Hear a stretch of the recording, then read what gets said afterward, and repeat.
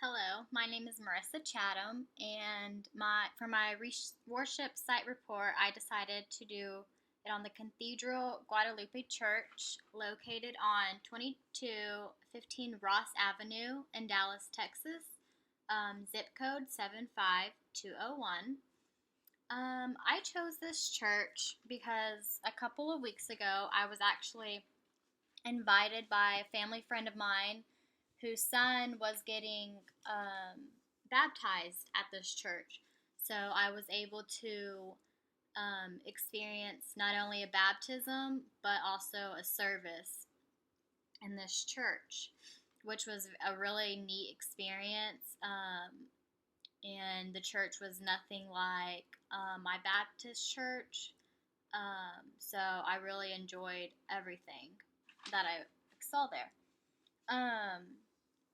My first initial reaction when I got to the church was I was just mesmerized by the height of the church and all the points. It had like a gothic like architecture with the pointed arches and um, the thickness of like the stone, like the pillars, and it was just I was in awe. The church I came from, it's kind of like just square, like just like a traditional building. Um, but the style of this cathedral was really um, grand, and the height of it really just blew me away. And I ended up asking um, someone around that I guess worked at the church, and they said like the reason um, that the building was built with such height was to they wanted to get it was like meant for them to get closer to the heavens. So that's why like all cathedrals with this age are built so high, like to reach the sky basically and get closer to God and Jesus and just the heavens in general. Um, let's see. Once I got into the church, it was just like a feeling of elegance was just surrounding me. Um, the stained glass were everywhere. That's what really caught my eye. I love stained glass, and it was beautiful. Um, there were rows and rows of pews, and it was just crazy because they fit a lot. A lot of people can fit inside that church, which I didn't think from the outside. You wouldn't think that that many people could fit inside, but seeing all the pews lined up behind one after another, um, a lot of people could fit inside. Um, Also, there were also pointed arches um, inside the building, which also is like I guess, the Gothic style. So that got carried on inside, and I could tell that a lot of like value, thought, and beauty like had all been incorporated into this building design. So it was like really beautiful. Um, let's see. The religious tradition of this church is the Catholic tradition or Catholic religion. Um, let's see. The personal history, I have found that they have their own website online, and I was able to do some extra research on this church. And the the building was built in the 1900s. I want to say like 1902. Originally, there was another smaller church down the street, but I believe they outgrew that church and bought this land where the Guadalupe Cathedral, is at now, and they ended up shutting down the old church and built this one. So it was built around the 1900s, and it is actually like the largest cathedral congregation in the United States, which I had no idea. I'm always in the downtown Dallas area, and I see the church or this cathedral all the time, like driving or walking, and you would think it's just an ordinary cathedral, beautiful, has probably a lot of history to it, but I never would have guessed that it was the largest cathedral in the United States, or one of them. Um, so that was really interesting to know. Um, since I'm not Catholic, um, I was a little worried going into it and going to an actual like baptism, even though I knew the family and that was getting baptized. I still felt a little like not sure how other people who belong to the church and that was like their home church would feel about like me, who's not Catholic or has never been to this church, would feel. But I actually felt very welcoming or welcomed, and I didn't get any stares, or it was just a normal like go through everything that they went through. Um, and I felt very welcome, so that made me feel a lot better once I was in there. I do know, or I found out that they're very strict on like their communion and like I guess their sacraments. So if you're not a member or not Catholic, um, you don't do communion because they want you to, I guess, go through their sacraments, the Catholic sacraments. So, like, I guess baptism's the first one, and then communion and confirmation. So they're very strict. So if you're like not Catholic, you can't participate in actual communion, but you can still sit through the service and yeah, wait for it to end. But still, like just sitting there while other people around you are going through communion, I didn't feel um, like they were judging or anything. It still felt like really normal. Um, let's see. Um,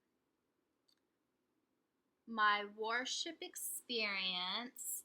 So, since I actually got to experience a baptism, a Catholic baptism, um, I'm used to like baptisms, like you're in like kind of like a big tank, and you're like the priest and yourself are like in like submerged in the water, like in clothes, and you get like taken like back. But for a Catholic baptism, it's like usually baptisms are held. They want like you to baptize like a baby. So like if you have a son or a child in the Catholic religion, you're supposed to baptize them when they're a baby to, I guess, rid of their sins and let them have like a fresh, clean life. Um, so that was kind of new. I mean, I know that babies do get baptized. That's kind of common. But so the parent or like a godparent will hold the baby, and the priest will put water like on their forehead and like the sign of a cross, so they're not like dunking them in water, or the baby's not like sitting in water. It's just the priest will come and put water on their forehead. So that was I got to experience that. Also, after like the baptism, they went through like a regular service, where it was vice versa, and I they like Catholics, they do incense. So like a priest will have like a metal, I'm not sure what it's called. It's like a metal object, and he'll swing it, and the incense will be like released from it. And he walks around. He does that in certain areas of the church. So that was also something I got to experience because I haven't seen that before. And then you'll go through communion, and you'll get the bread and the wine. So everything, I got to experience the whole, I guess the how their tradition of like communion and a whole service at this cathedral. So it was pretty interesting, and I really got to really open like my eyes of how other religions um, do things. So that was really cool. Um, I was able to talk to someone that worked at the church. I'm not sure what their role in the church was, but I did find someone like in an office, and I just asked them just a few questions that I was wondering about the particular church itself. Um, and I asked how the name of the church came about, if there's like a certain reason behind like how they chose the name or why. And I was just told that it was named after the Lady of Guadalupe. And I was also told that this cathedral is one out of two out of the whole United States that was actually named after the Lady of Guadalupe. So that was pretty interesting. I didn't know that. So this church obviously has like a lot of history and is also well known, not just in Dallas or Texas, but across the whole United States. So that was actually really, really cool. And then also, I saw, excuse me, there was different times for English and Spanish services. And there were a lot of them. There wasn't just like one English and one Spanish, and that was it. There was probably like 6 or 8 all in one day of Spanish, English. And I was just asked about that and why, I guess, why were there so many? And I was told that this cathedral is one of like the largest, holds one of the largest like Latino communities. Like it's one of the largest Latino parishes, um, and so it's every Sunday it's filled. The whole church is just filled, and they do services for both English and Spanish speaking because of this. Because it is the largest Latino parish, so that was pretty interesting. I didn't know that at all. So I think that's it. I really enjoyed this experience. I learned a lot about this church and its history, and the people, the traditions. It felt kind of cool to just like step out of my comfort zone and go experience something that I've never experienced. And I wouldn't mind going back and experiencing a different kind of service, or even like a Catholic marriage, or something around that.